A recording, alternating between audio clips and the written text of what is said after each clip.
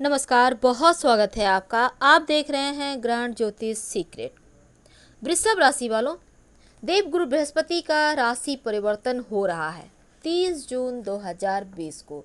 देवगुरु बृहस्पति केतु एक साथ अब फिर से हो रहे हैं, लेकिन अंतर ये है कि देवगुरु बृहस्पति वक्री अवस्था में ही धनु राशि में आ रहे हैं।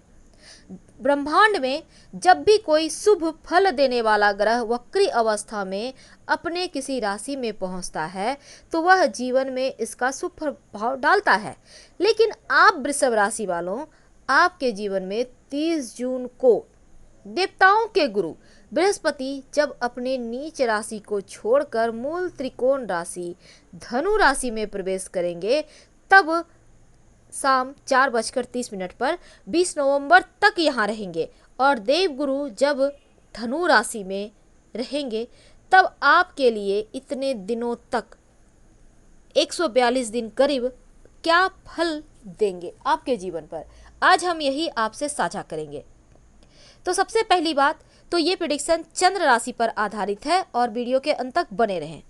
वृषभ राशि वालों, देवगुरु चूंकि केतु के साथ होंगे धनु राशि में, केतु का अपना कोई प्रभाव होता नहीं, वो देवगुरु का ही प्रभाव लेकर चलेंगे। यानी देवगुरु बृहस्पति जितने चीज़ों के कारक हैं वो केतु आपको देंगे। जैसे कि देवगुरु धन को देने वाले ग्रह हैं, आकस्मिक रूप से जीवन में आपके भाग्य के कारक ग्रह हैं, कुंडली में कर्म के कारक ग्रह हैं, बुद्धि के कारक ग्रह और वैवाहिक सुख के कारक ग्रह देवगुरु बृहस्पति है।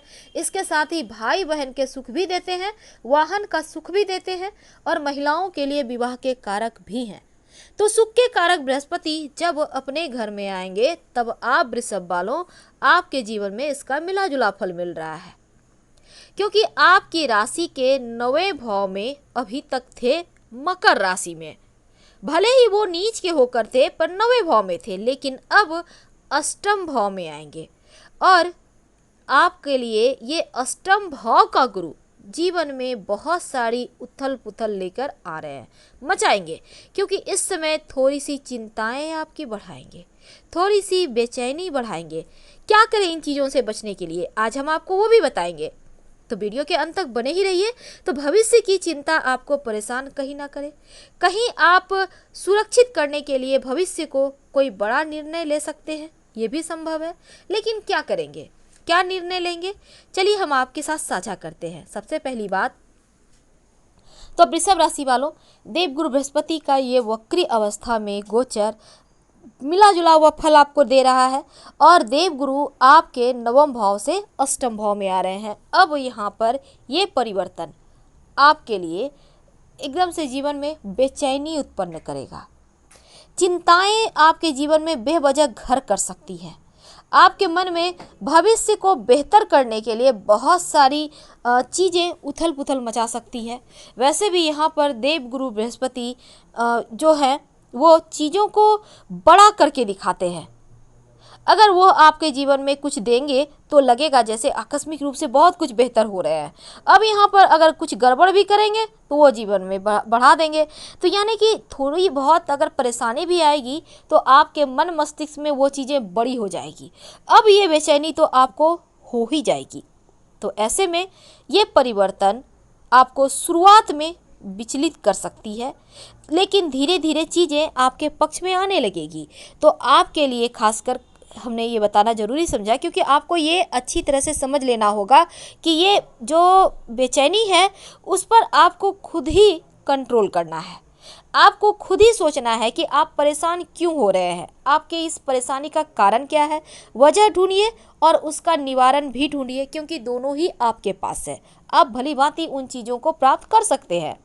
इस समय आप खुद को तौलिए, आप क्या कर रहे हो, आप क्या करना चाहते हैं और आपको क्या करना चाहिए, क्योंकि खुद को समझने की जो चीज़ें हैं वही आपको आगे बढ़ने में सहायता करेगा।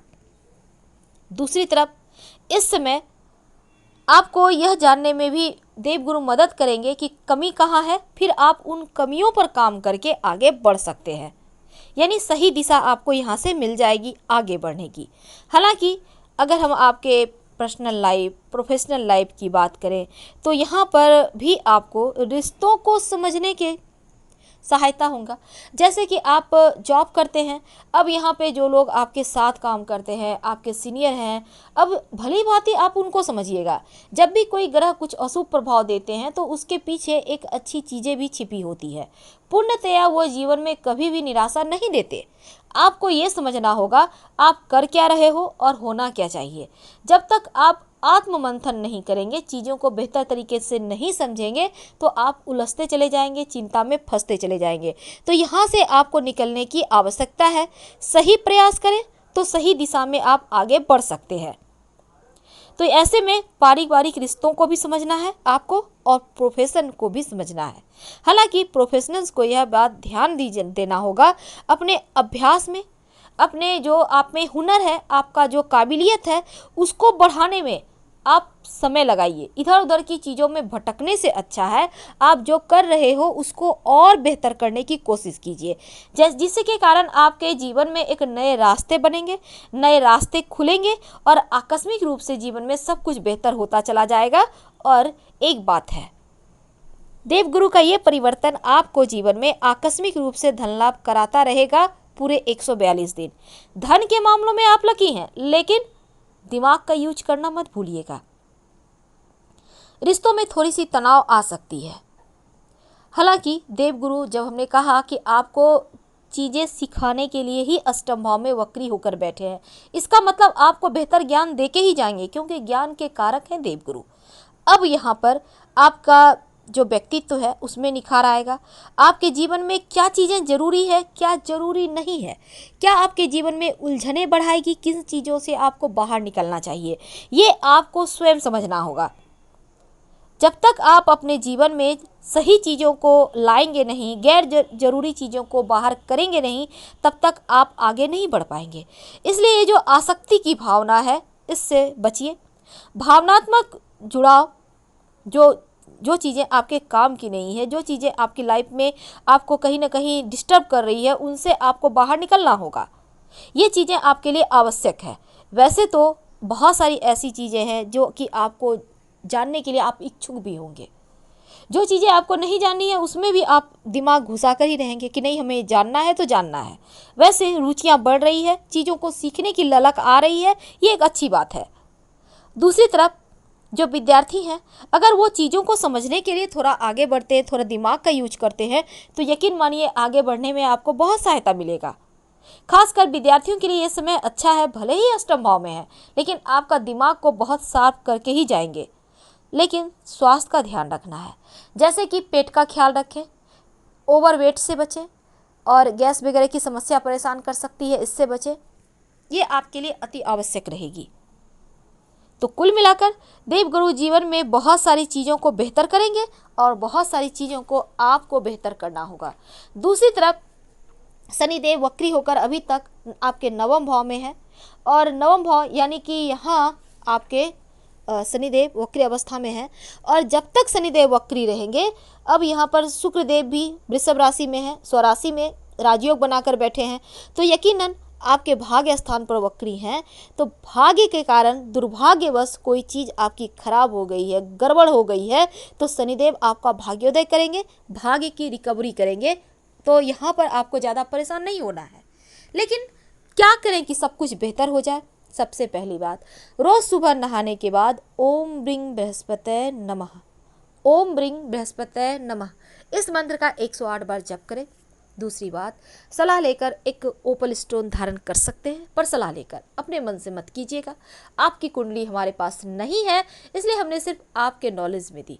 यकीन मानिए जीवन में अगर आपने चमत्कार होते नहीं देखा है तो अब देखेंगे।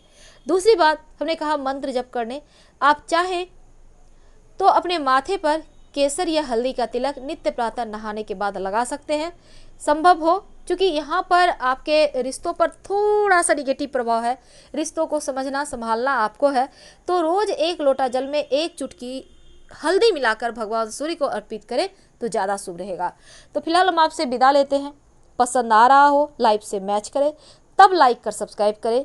हर हर महादेव, धन्यवाद। फिर मिलेंगे किसी नए टॉपिक के साथ।